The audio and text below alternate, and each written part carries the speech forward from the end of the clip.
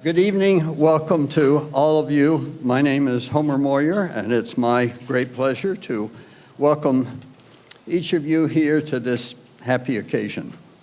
It's also a great pleasure to see so many friendly faces that we haven't seen in a while. That is as it should be.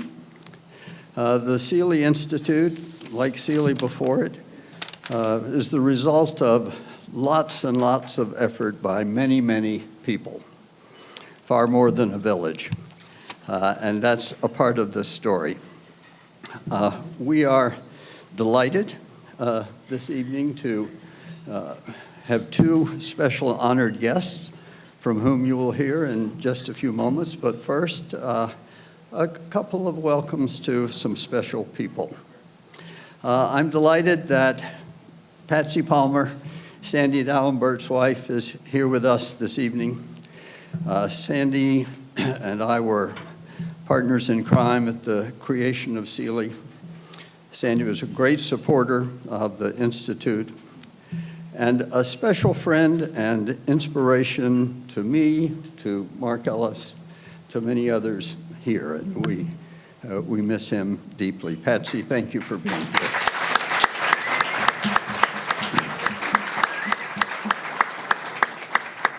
Bill Ide is here, former president of the ABA, who was also the second chair of the original CEELI project in the early 2000s. We have a couple of former executive directors of the Institute. Bill Moyer is here with his wife Jane from Boulder, and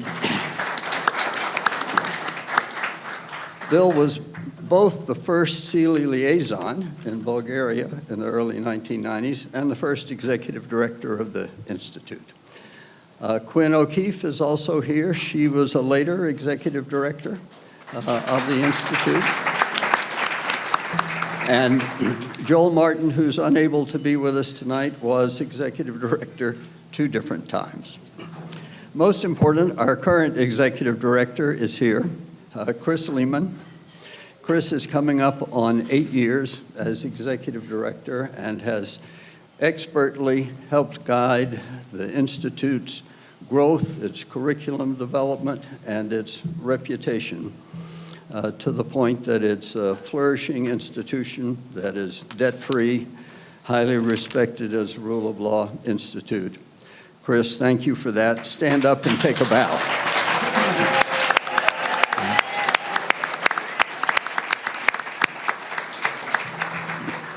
It's also my pleasure to introduce Chris's successor, who will take over in late March, Julia Fromholz. Julia has a distinguished career with a variety of experiences and responsibilities relating to the rule of law in government, in the private sector, in the United States, and abroad. And we're delighted. Julia, will you stand up and let us welcome you in the back?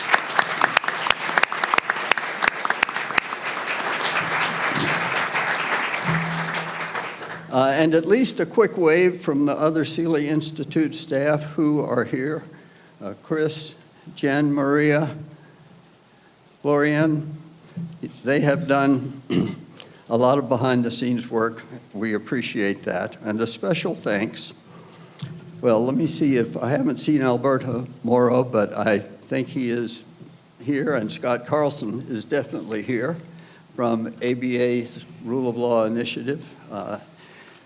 Growing out of CEELI, ROLI has become an impressive global rule of law organization, and we're all proud of that. Special thanks for putting this evening's event together go to Sue Ringler of our board and Chris Diaz, our director of outreach.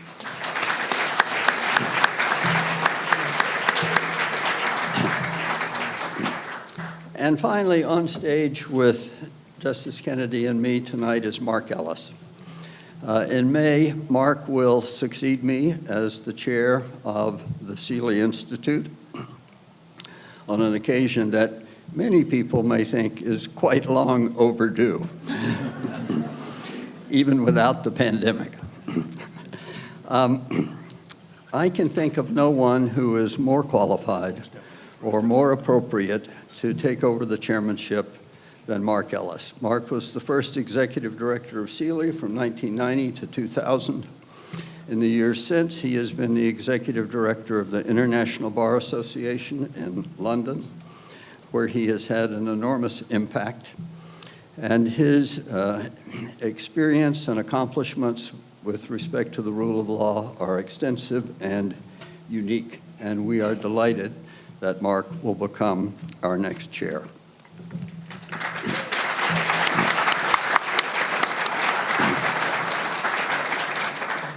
It's probably as appropriate a time as any to note for Mark's benefit that the standard term of office for those who serve as chair of the CEELI Institute is 21 years.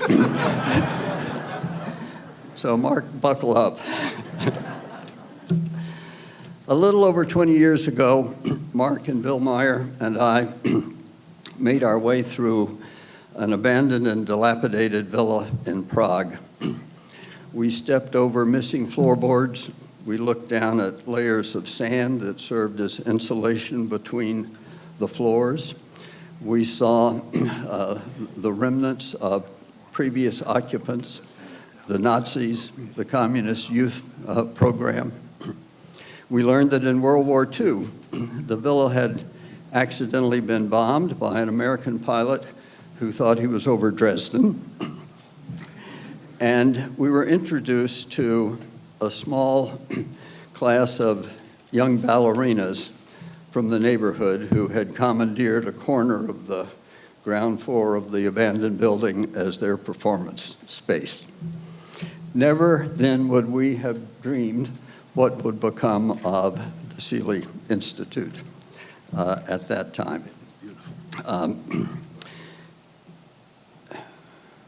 It was with leaps of faith by USAID, the State Department, foundations, corporations, law firms, some very generous individual donors that we got through several years when we were hanging on by our fingernails. And we never would have anticipated that we would have reached the point now where the Institute has trained more than 10,000 lawyers and judges and law reformers from 50-some countries. So,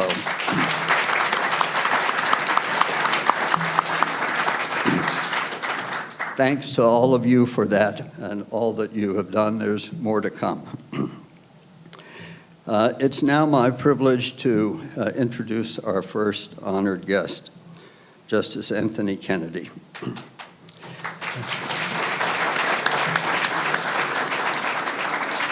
We all know of Justice Kennedy's distinguished career. He has been a lifelong defender of the rule of law. What you may not know is that he was appointed to the Ninth Circuit U.S. Court of Appeals at the age of 38 to become the youngest Court of Appeals judge in the country at the time. 13 years later, he was appointed to the Supreme Court, where he served for 30 years. With a wonderful reputation as a non-ideological, thoughtful member of the court, whom we miss to this day. After those 30 years, he resigned, notwithstanding the fact that the New York Times published an editorial, which I remember quite well, which ran the length of the editorial page of the Times, asking Justice Kennedy if he wouldn't reconsider and remain on the court. Like Justice Sandra Day O'Connor and Chief Justice John Roberts, who, by the way, sends his best wishes to all of us for this evening's event, Justice Kennedy has participated in programs at the Institute. The year that the Supreme Court of Ukraine quite remarkably overturned its presidential election for fraud and irregularities, we met at the CEELI Institute. The Chief Justices and High Court Justices were there from Canada, the Czech Republic, Ukraine, Afghanistan, Jordan, and Georgia. Justice Kennedy made our opening address, eloquent address on the rule of law. And the next day, we sat and listened to a stem winder of a speech from the Ukrainian justice defending judicial independence and the rule of law. It was quite an occasion. So we're delighted, Justice Kennedy, that you are with us this evening, you as a special friend of Sandra Day O'Connor, to help us inaugurate a new initiative of the CEELI Institute. Justice Kennedy.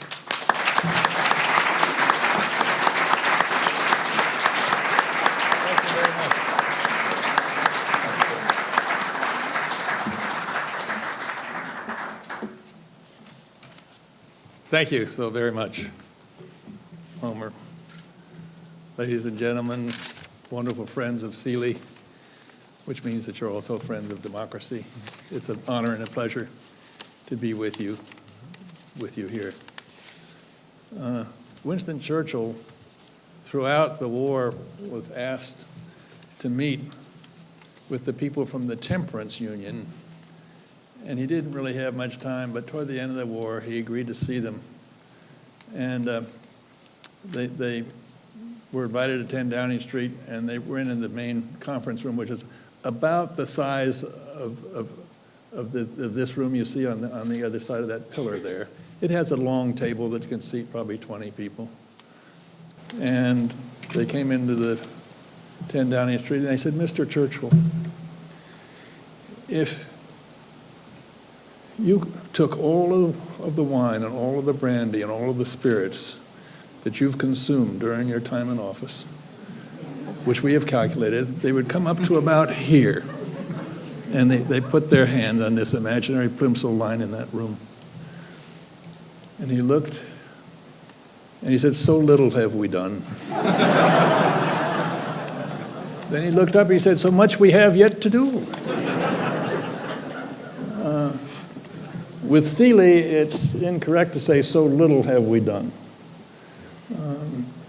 You have been an example to the world as to what the rule of law can mean, does mean, should mean, must mean. This evening, my purpose is to make a few remarks about my wonderful friend, Justice O'Connor. And part of those remarks will be to stress her civility, her decency, her commitment to freedom, and her unfailing personal courtesy. And Homer, you exemplify those same qualities. You have brought to CEELI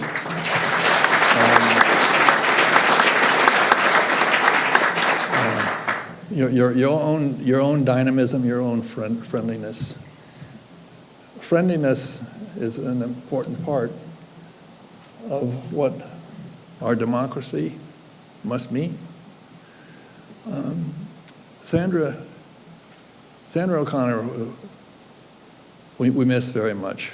When we came to Washington, we really didn't know anyone, and Sandra did something that some people don't do. She shared with us her friends.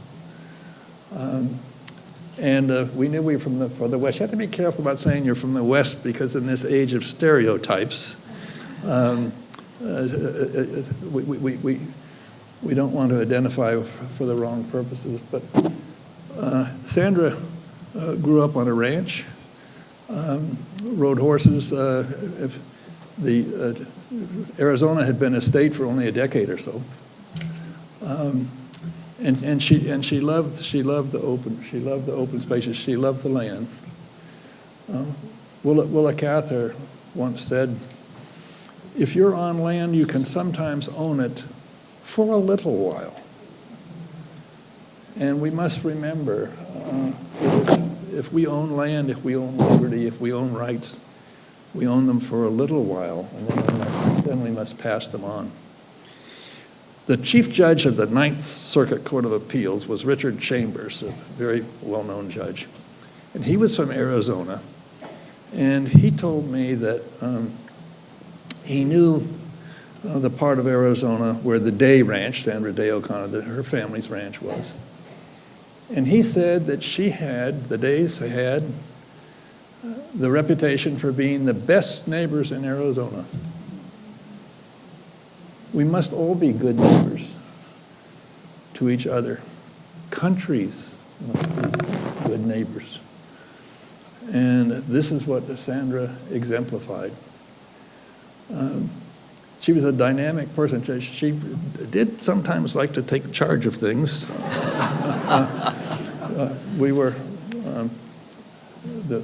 President Reagan had asked me to go to Argentina to speak with some of the judges down there. And it seemed to me important to have one of my colleagues come. So Sandra and John O'Connor accepted the invitation, and the four of us, Mary, went together. And we were there 2 nights. I had to give a speech the next morning at 9 o'clock. And Sandra said, "We're going to the tango bar at midnight." And I said, "I'm not going to go to the tango bar at midnight." Fast forward till 2 in the morning. Well, we won't get into that.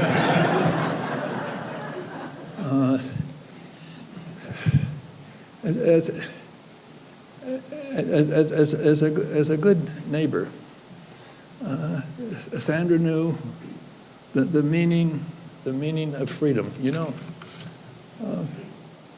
in the United States, we became good neighbors in the pre-revolutionary era. We were not close to Massachusetts.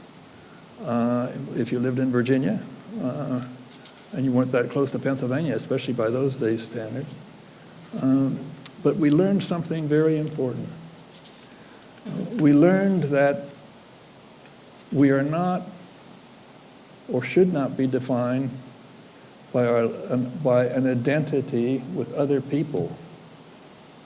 We should be defined as a human who has his or her own rights, his or her own dignity, his or her own conscience, his or her own humanity. That's what human rights are. And we live in an age when too many people forget the Anglo-American tradition of the Magna Carta. For centuries, the great documents in legal history, the Babylonian Code, the 12 Tables, the Justinian Code, you could go on and on, were codes in which the people were given certain rights. Magna Carta came along and said, no. Government doesn't give us rights. We have rights. We have rights because we are men, because we are women, because we are human. This is the Lockean philosophy. And we must not forget that in this day and age. Because this is the basis on which we can have a decent, productive, thoughtful, rational, respectful civic discourse. We have a civic discourse because we respect each other. We respect each other, first of all, for having these rights as a human. You are justified in having these rights because of who you are. Government doesn't give you the rights. You see recently in the commentaries about Afghanistan, some people said, well, in 6 months or so, the Taliban will maybe give certain rights. No. Government doesn't give rights. You have those rights as a person. And this is what Justice O'Connor and CEELI and many of us taught and wanted to teach in Europe. We wanted to teach that you could be good neighbors in the national sense because you respect each other as humans. In Eastern Europe, some years ago, they had invited me to Hungary to talk about various legal issues, and it just came to my attention at that time. There were some people talking to me saying, we need a new code of criminal procedure. It is just a broken code. So my comment was, well, get a committee together, and if you can do it in the next couple of days, maybe we can have an initial meeting, in case any of my comments might be helpful. I said, get some members of the practicing bar, some members of the judiciary, some members of the academy, and you have a committee. They said, what? And it occurred to me, it shocked me to find that judges, attorneys, and academicians never talk to each other. They go on separate tracks right out of law school. They don't have the Anglo-American tradition where judges are picked from the ranks of the practicing bar. And the people out there, the great leaders of their profession, they'd never been in the same room with each other. And one of the things that Justice O'Connor and CEELI wanted to teach was that the legal profession can find a model in the Anglo-American system so that lawyers on a day-to-day basis can protect dignity, rationality, thoughtfulness, etiquette, ethics, courtesy. And this is what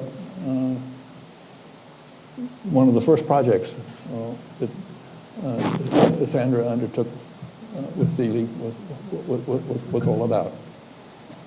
And it was a remarkable success. But we have to keep teaching.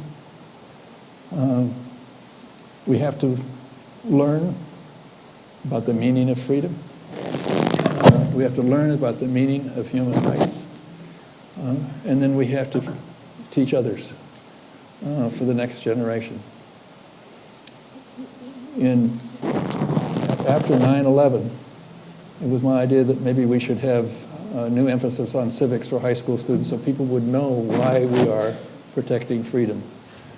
And my comment was that you don't take a DNA test to see if you believe in freedom. Freedom is taught, and teaching is a conscious act. And Justice O'Connor repeated that often, and as did others in the course of their civics program, then NI Civics, which was the one Sandra was in charge of with a tremendous success. But we have to remember that freedom does presume a rational, thoughtful, respectful dialogue. And that dialogue, again, has to be between people because we respect them as individuals. And if you don't, you leave the door open to tribalism. Tribalism is a human instinct. And the whole point of Lockean philosophy, the whole point of the philosophy of freedom, is that freedom stands for something quite to the contrary of tribalism. We identify you not by your particular characteristics as a person or as a member of a class or a member of a race. We identify you because you have certain rights and you have a dignity of your own. And we cannot allow this country to lapse into tribalism, which is a human instinct. It never occurred to me that in my later years, many of us would have substantial concerns about the direction of the American democracy. But if we don't teach ourselves first about the dangers of tribalism and about the thrill of freedom, then we can't teach each others. And you see this happening in Europe even today. Neighbors are being distanced from each other because they define themselves in terms of their own nations. And that is not the meaning of the law. It's not the meaning of freedom. It's not what Justice O'Connor stood for. It's not what CEELI should and must stand for. When some years ago there was a program in which we started in Vienna, which was just for a few days, in which we had U.S. ambassadors from, I think, 9 different Eastern European countries. And my concept was that each of them could bring with them one judge who was highly respected in their country, so that we could have a small conversation with judges and ambassadors. And we did, and it was a wonderful event. But many people heard about it, young people wanted particularly to know.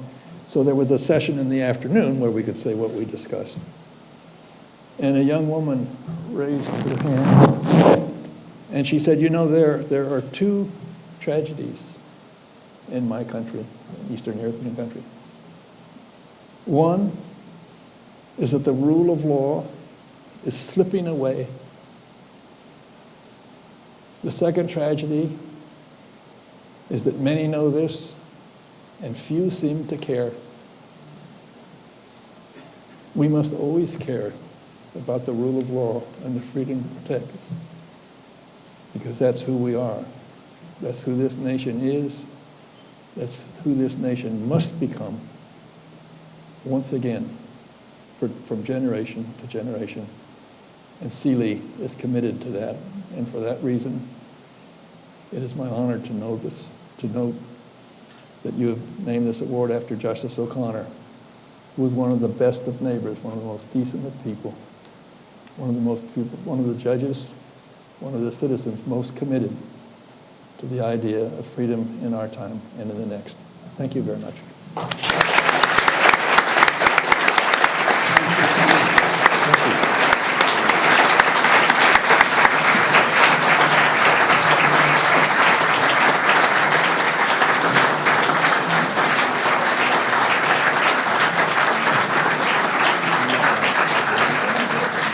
In her autobiography, Dr. Madeleine Albright writes that it is vital to have a guiding star.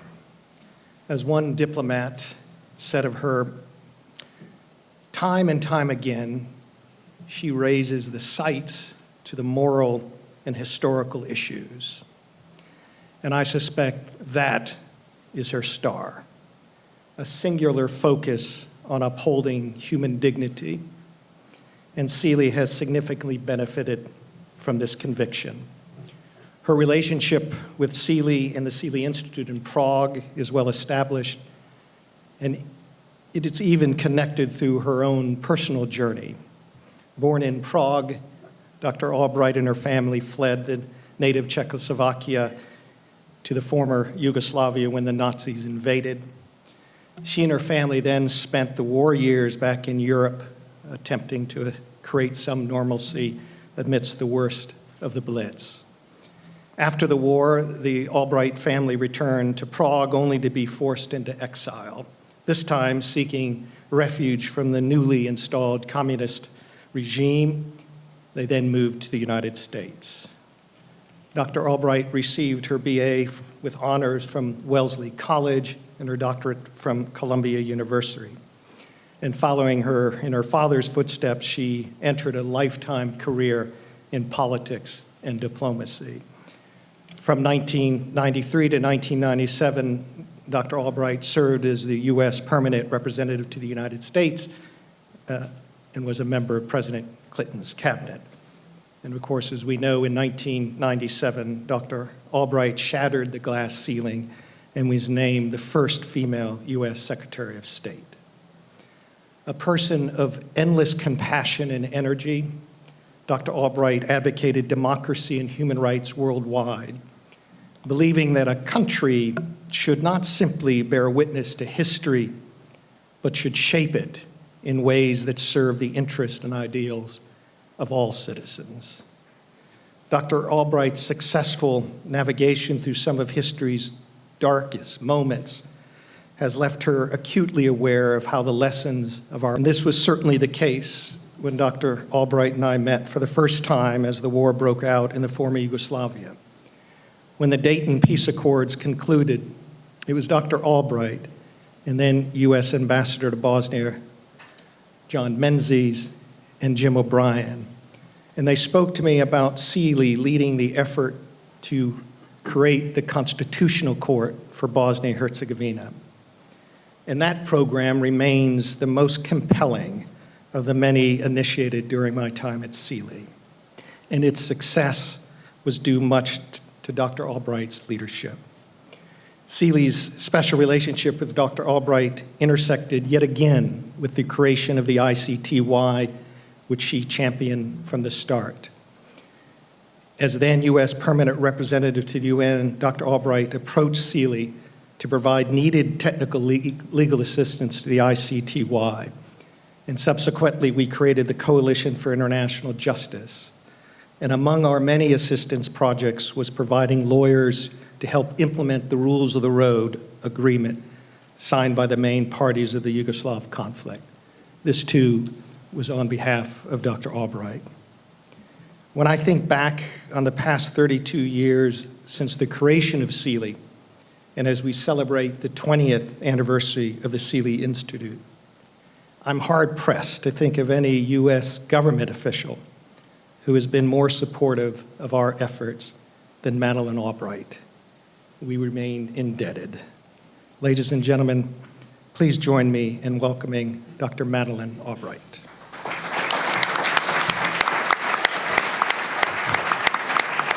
Mark, thank you so much for your very kind words and for the invitation to join this evening celebration and for recalling our first connections over what was happening in the former Yugoslavia.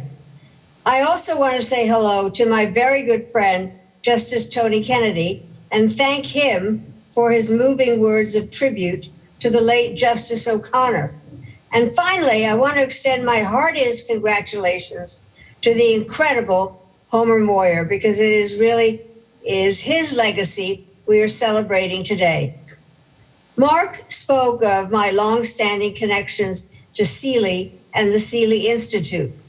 I'm very proud to have played a small role in its history, working closely with him and Homer and others.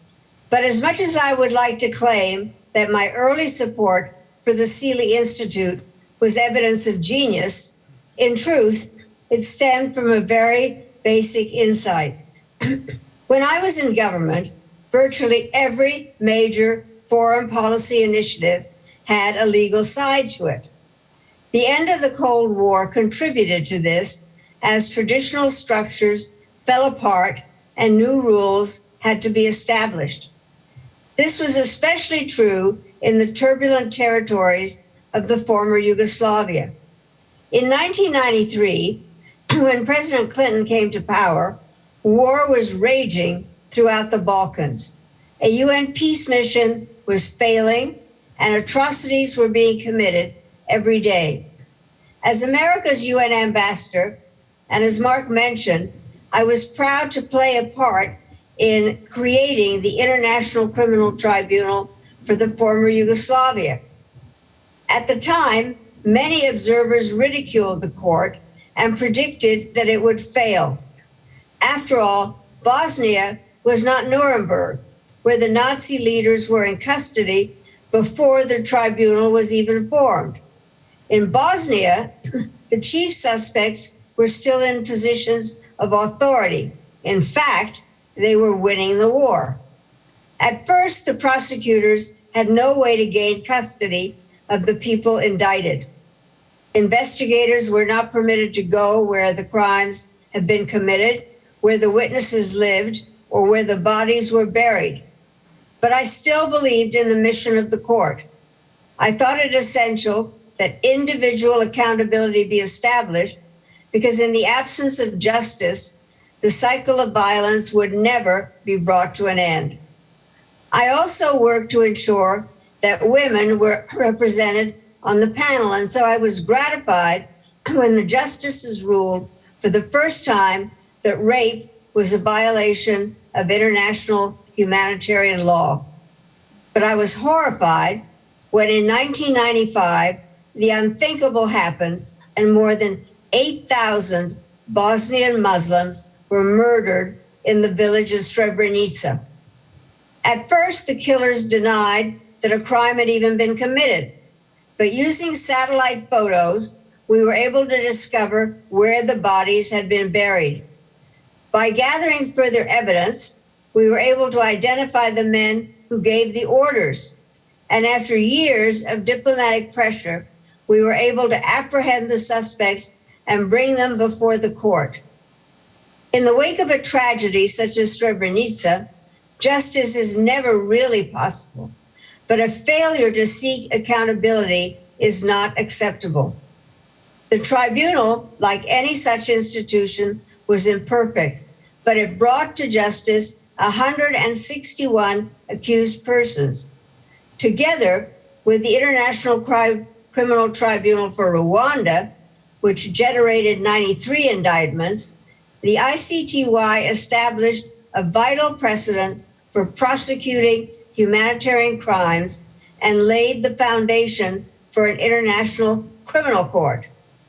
It also signaled very strongly that the world was moving towards a stronger and more cooperative international system.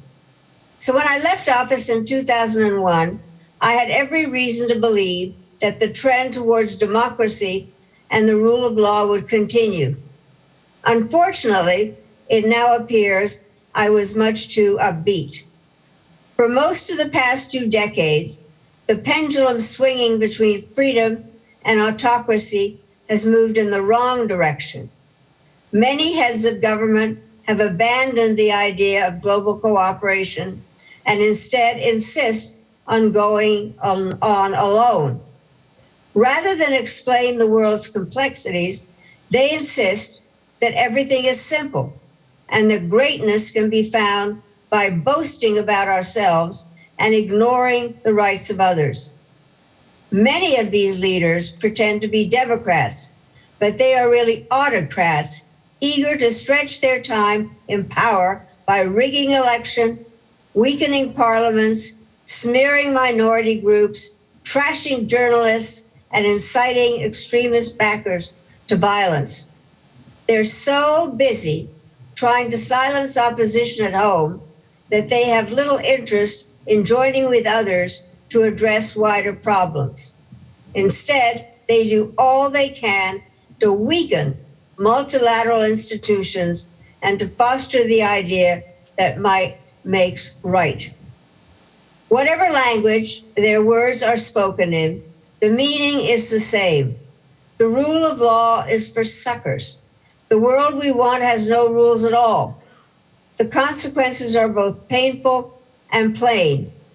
In many places, democracy is in decline. Diplomacy is considered obsolete, and laws are trampled with impunity. Slowly but surely, we have begun to lose faith in the ability of free people to make progress together. Now, this is not the first time such a cynical attitude has taken hold. It was also the case in the 1930s, the decade I was born. It led then and was terrifying swiftness to Holocaust and war. We must not let that happen again. Fortunately, there is an alternative, which is where CEELI and its allies in the legal world come in. Now, I realize that the legal profession is vast and that many problems it must address are more of a practical or technical nature than a moral one. Also, attorneys are not usually independent actors, but instead people with a responsibility to look out for the best interests of their clients. We all have to make a living in our particular interests, and attributes vary widely, but at the same time, we know, because we have seen, how much good lawyers can accomplish when contributing their energy and talents to positive social goals. I have witnessed this myself on many occasions, both domestically and overseas. Lawyers have played a critical role in helping new democracies to draft their constitutions, establish an independent judiciary, and implement legal standards. Lawyers have helped women across the globe to give real meaning to statutes against domestic abuse, sexual harassment, and rape. Lawyers have intervened at a considerable risk to protect the victims of human trafficking and underage prostitutions. Lawyers have also helped to improve working conditions in low-wage industries, monitor elections in badly divided countries, and blow the whistle on governments that abuse human rights while claiming to protect them. So my message tonight is CEELI and its supporters is that your work is more important than ever. Let me repeat, your work is more important than ever. Democracy, though imperfect, remains the best system of government ever invented.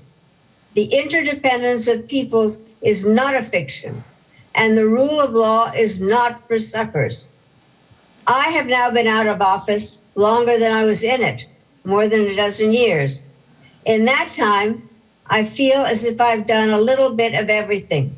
I've started a business, returned to teaching, served as chair of America's National Democratic Institute, written 7 books, and been involved in task forces on everything from the need for interreligious dialogue to the prevention of genocide. In the process, I have traveled to almost every corner of the globe. But wherever I go and whatever I do, the one theme that follows me is the importance of law. Law establishes the framework for political organization, commercial activity, and social relations. It defines the balance between collective and individual rights. It establishes a connection between each of us and all of us. It is, in short, the cornerstone of civilization. If that cornerstone is to bear weight, it must have the integrity that comes from legitimacy, consistency, accessibility, and fairness. Building such a cornerstone requires a united effort, and it takes time. 4,000 years ago, a Babylonian leader by the name of Hammurabi issued a law code designed, and I quote, to cause justice to prevail in the country, to destroy the wicked and the evil, and to ensure that the strong do not oppress the weak, unquote. Hammurabi's quest remains a work in progress. Through technology, we have transformed the world, and yet we cannot claim that justice always prevails or that the strong no longer oppress the weak, which means that you and we still have much to do. And so in closing, let me say that for all you have done in the past to advance the cause of true justice, I applaud you.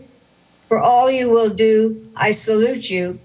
And for your warm welcome and kind attention here this evening, I thank you very much. Very happy celebrations.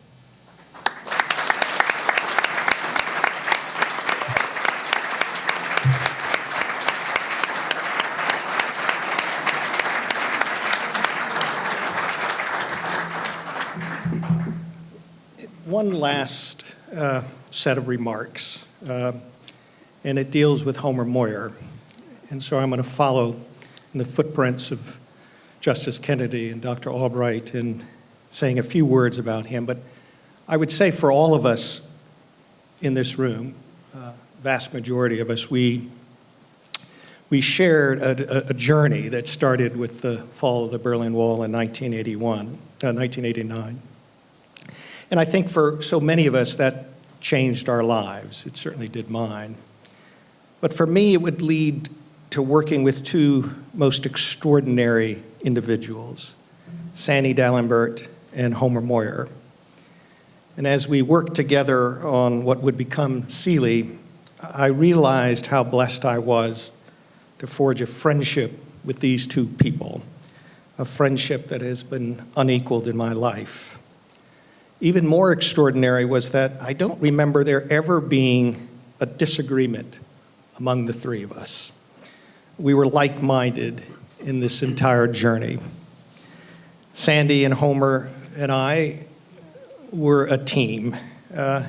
And we really didn't distinguish what either of us or any of us did in the contributions. But I will say this, that if you had asked Sandy and me who among the three of us played the most important role with CEELI and later with the Institute, we would have said, without a moment of hesitation, Homer Moyer. We are here in celebration because of Homer Moyer. He is a tenacious and persuasive advocate, a skilled diplomat and visionary who guided us through endless challenges, particularly during CEELI's early years. And he was, of course, as we know, the person responsible for the creation of the CEELI Institute. But perhaps the quality that I think best describes Homer, which serves us all so well, is his dogged determination never to give up. From the beginning, I witnessed numerous situations where people said, it just can't be done. Homer had a different opinion. Each time, Homer defied the doubters and proceeded to accomplish the impossible. One of the most compelling of these moments occurred in the 2008 worldwide recession. The CEELI Institute, like many organizations, was in financial peril. And the director at that time of the Institute argued that the Institute should terminate its operations. And I was sitting with Homer at the table, and I thought to myself, ooh, that director's in trouble now, because winding down was never going to be an option for Homer Moyer. And sure enough, today, thanks to the generosity of donors like Marion David Boys, Larry and Polly Nichols, Hank Greenberg, Boyd and Gray, all personal friends of Homer, and Homer's steadfast leadership, the Institute is debt-free and is thriving. It is yet another of Homer's many remarkable legacies.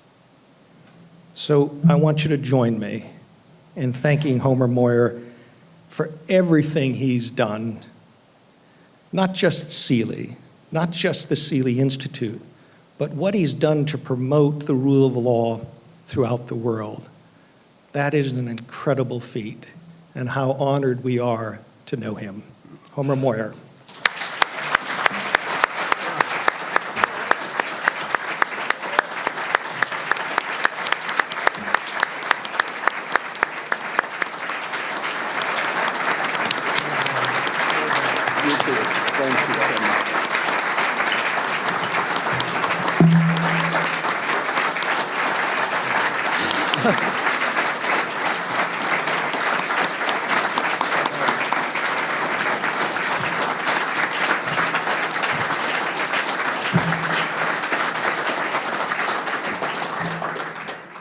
Mark, thank you so much. Thanks to all of you. Thanks for being here. I'll finish where I began, which is that notwithstanding those wonderful hyperbole from Mark, this has been an extraordinary team effort of which so many of you have been a part. And so my thanks, my congratulations to you. Thanks for being here tonight. I need a drink, and I encourage all of you to join with me. Thank you for being here.